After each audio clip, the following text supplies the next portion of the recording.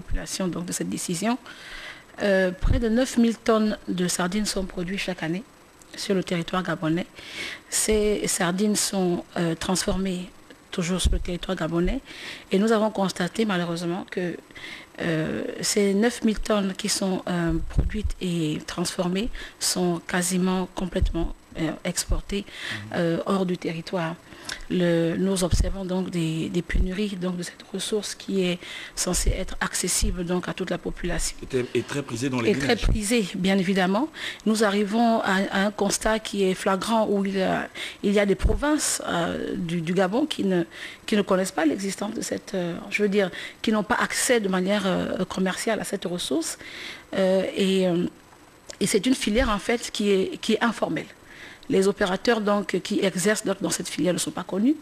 Les critères sanitaires d'exportation et qui permettent justement donc cette commercialisation de manière normale n'est pas claire, n'est pas clairement définie.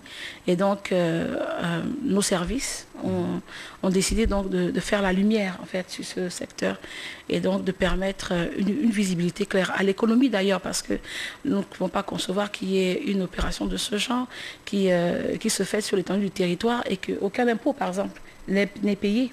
Et qu'il n'y ait pas vraiment une maîtrise en fait. On comprend aisément que vous allez organiser le secteur, mais comment tout cela va se faire concrètement? Bon, déjà nous avons commencé à sensibiliser donc, ces opérateurs sur le terrain. Nous avons commencé à les recenser parce que en fait, vous savez, c'est toute une chaîne, de la pirogue à l'assiette du consommateur.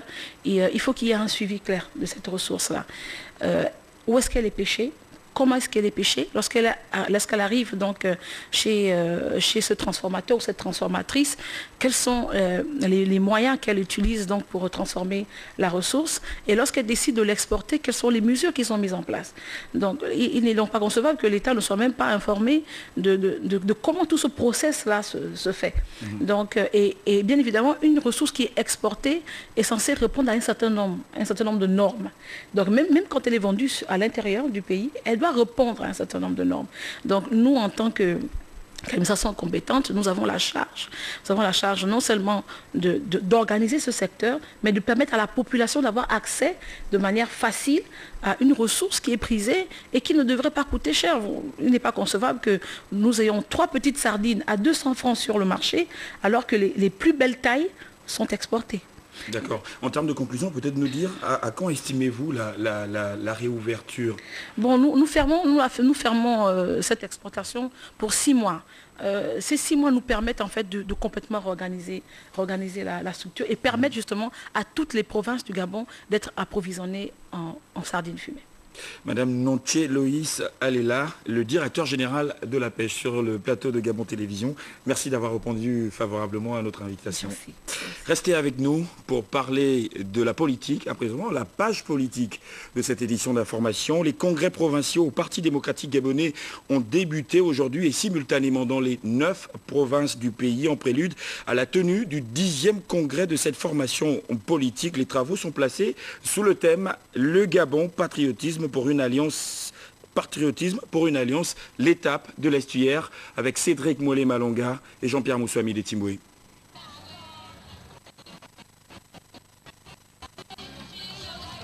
La grande famille du Parti démocratique gabonais dans l'estuaire, à l'heure des réformes, a répondu massivement à ce conseil provincial. Ici, il n'est pas question d'un meeting, encore moins d'une toute autre sorte de causerie. Durant 48 heures, ces pédégistes sont amenés à réfléchir sur un certain nombre de thématiques visant à contribuer davantage au dynamisme et à l'essor de ce parti qui a 45 ans aujourd'hui. Nous nous réjouissons donc de cette forte mobilisation et nous pensons que les réflexions qui vont être engagées à partir de demain dans les commissions seront à la hauteur de cette manifestation, de cette mobilisation que vous avez consacrée. D'accord, alors maman, aujourd'hui on parle d'un renouvellement de l'élite au sein de votre parti. Ça ne vous fait pas peur, vous les anciens du parti? Ça fait peur. Vous avez déjà vu un village, les jeunes seulement sont les anciens. Nous sommes là pour les guider, ça ne nous fait pas peur. Parce que ce que nous savons, les jeunes ne savent pas. Mais il faut qu'on leur apprenne. Voilà. Ce n'est pas inscrit à l'ordre du jour. Vous avez suivi la présentation de l'ordre du jour du conseil provincial, il n'y avait pas de point qui portait sur le renouvellement de la ressource humaine. Mais pour l'instant, je pense que le parti fonctionne bien comme il est. Maintenant, on verra, on appréciera. Et puis, de toutes les façons, c'est certainement dans l'ordre des choses. S'il faut renouveler, il appartient aux instances. Et surtout à la base, Si c'est une volonté de la base, ça se fera. Non. Conformément aux articles 53 et 54 du règlement et statut du PDG, ce conseil a tout son importance vu qu'il se tient en prélude du 10e congrès national. Pour ce rendez-vous de l'estuaire, cadres, responsables et militants ont été édifiés sur le plan stratégique Gabon émergent au cours d'un exposé riche d'enseignements et qui a été fait ici de manière magistrale par le membre du bureau politique, Yves-Fernand Monfumbi. Les élus RPG du 5e arrondissement de Libreville au contact des populations de cette circonscription électorale. Un seul point inscrit à l'ordre du jour, le projet Iboga lié à la biométrie. Les détails, Yves Oyono. De vous le dire, le RPG, les élus du Rassemblement pour le Gabon du 5e arrondissement de Libreville étaient au contact des populations de cette circonscription électorale. Ils ont parlé de la biométrie en présence d'Yves Oyono de notre rédaction.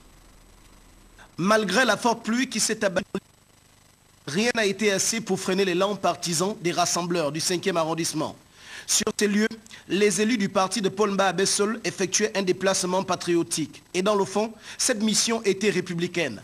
Ils venaient édifier les militants et sympathisants du RPG sur le projet Iboga, lié au processus de la biométrie, qui va conditionner l'organisation de toutes les élections qui se dérouleront désormais en République gabonaise.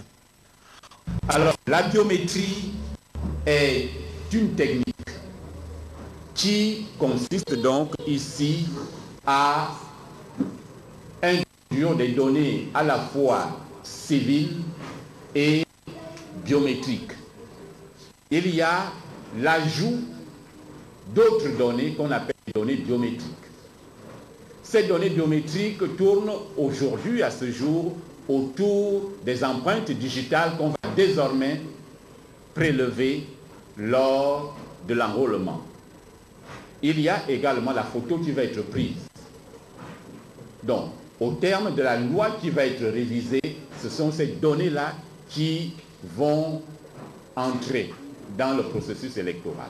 Au cours de ce grand rassemblement des RPGistes du 5e arrondissement, l'occasion fut propice pour réorganiser le parti. Au nom du parti, les hommes et femmes furent installés à différents niveaux de responsabilité dans les structures de base.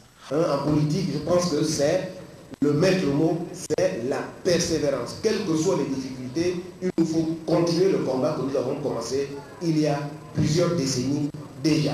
Peut-être que tout le monde ne verra pas la fin, mais au moins on parlera de nous comme ayant été les pionniers de la victoire qui ne manquerait pas d'arriver tôt ou tard. Au cours de cette rencontre, de nouvelles adhésions furent enregistrées. Tous promettaient d'avancer en ligne serrée vers de nouvelles victoires pour que le RPG retrouve sa place dans le temps dans le 5e arrondissement. Une forte délégation du Parti démocratique gabonais mandatée par le secrétariat exécutif vient de séjourner dans la province du Haut-Ogooué au sud-est du Gabon. Objectif, le renouvellement des structures de base de la fédération départementale de l'Ekabi-Léwolo. Ida Rindé.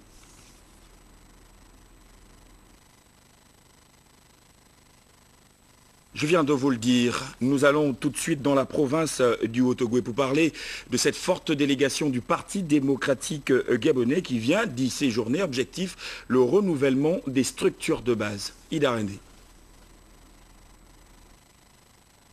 Le responsable de base a été retenu. Ne restait plus qu'au chef de la délégation de procéder au renouvellement des bureaux des comités. C'est en présence des responsables politiques de la localité, Léonard Andjambé et Idriss Ngari, que la délégation venue de Libreville a procédé au renouvellement du bureau de la fédération. La liste unique conduite par Sidouane Angwanda a finalement été élue par acclamation. Tout est bien qui finit bien. Désormais, ce bureau devrait s'atteler pour réunifier et consolider les acquis du PDG dans le département pour des futures batailles électorales, pensent plusieurs militants sur le terrain. De la culture pour la fin de cette édition d'information avec cet invité spécial à la nuit du rire prévu ce samedi 30 mars à la Cité de la Démocratie. Il s'agit de Jamel Debbouze qui était face à la presse nationale et internationale pour parler de ce spectacle. Raïssa Lormeda. Au cours de cette conférence de presse à l'initiative de Direct Prod, concepteur de la Nuit du Rire, dont la première édition propose en guest star Jamel Debbouze, il aura été énormément question de rire, partenariat autour du rire et l'appréciation des uns et des autres sur les prix d'entrée. Alors évidemment, vous allez nous dire, les places sont chères et vous êtes trop payés. Sachez une chose, mesdames, messieurs, que nous sommes beaucoup moins payés quand on vient en Afrique que quand on fait n'importe quelle autre date. Et c'est normal. L'intégration sous-régionale passe aussi par le rire. Et l'Afrique regorge de talents qui ne demandent qu'à se produire. Seul bémol, le manque d'infrastructures. On vient d'un milieu modeste. On raconte une histoire modeste au plus grand nombre. Mais malheureusement, ce n'est pas toujours le cas. On ne peut pas jouer devant on ne peut pas faire des spectacles trop accessible quand on vient en Afrique, par exemple, parce que l'Afrique n'a pas l'habitude de recevoir ce genre de spectacle encore. Les infrastructures ne sont pas encore suffisamment développées. Et j'appelle tout le monde à se mobiliser là-dessus. Beaucoup d'artistes veulent venir jouer au Gabon. Beaucoup. Mais malheureusement, soit ils ne sont pas invités, soit il n'y a pas d'infrastructure pour. Et avec Edgar, on y réfléchit très sérieusement en ce moment pour pouvoir faire en sorte de revenir plus souvent chez vous et surtout de faire en sorte que les places soient accessibles. Parce qu'on est les premiers à subir ça. On préférerait avoir une salle éclectique, très ouverte, avec toutes les classes sociales possibles et imaginables, parce que c'est là qu'on est le plus utile. Pour clore ce rendez-vous sur fond d'humour, Lynn épicera les échanges et fera monter l'adrénaline. Comment? Secret de Polichinelle. Ce communiqué pour la fin du journal, le ministre de l'économie, de l'emploi et du développement durable porte à la connaissance des employeurs et des travailleurs que conformément aux dispositions du décret numéro 00727-PR-MTEFP du 29 juin 1998 réglementant le régime des jours fériés en République gabonaise et modifié en son article 2 par le décret numéro 0000454-PR-MTE du 26 mai 2004, les journées du dimanche 31 mars, Pâques, et du lundi 1er avril 2013, lundi de Pâques, sont déclarés fériés, chômés et payés sur toute l'étendue du territoire national. C'est la fin de cette édition d'information. Merci à vous de l'avoir suivi. Derrière le générique fin de ce journal, vous suivrez le communiqué final ayant sanctionné les travaux de la séance plénière du Conseil national de la communication lu par le conseiller membre Godel Inanga Yendeika.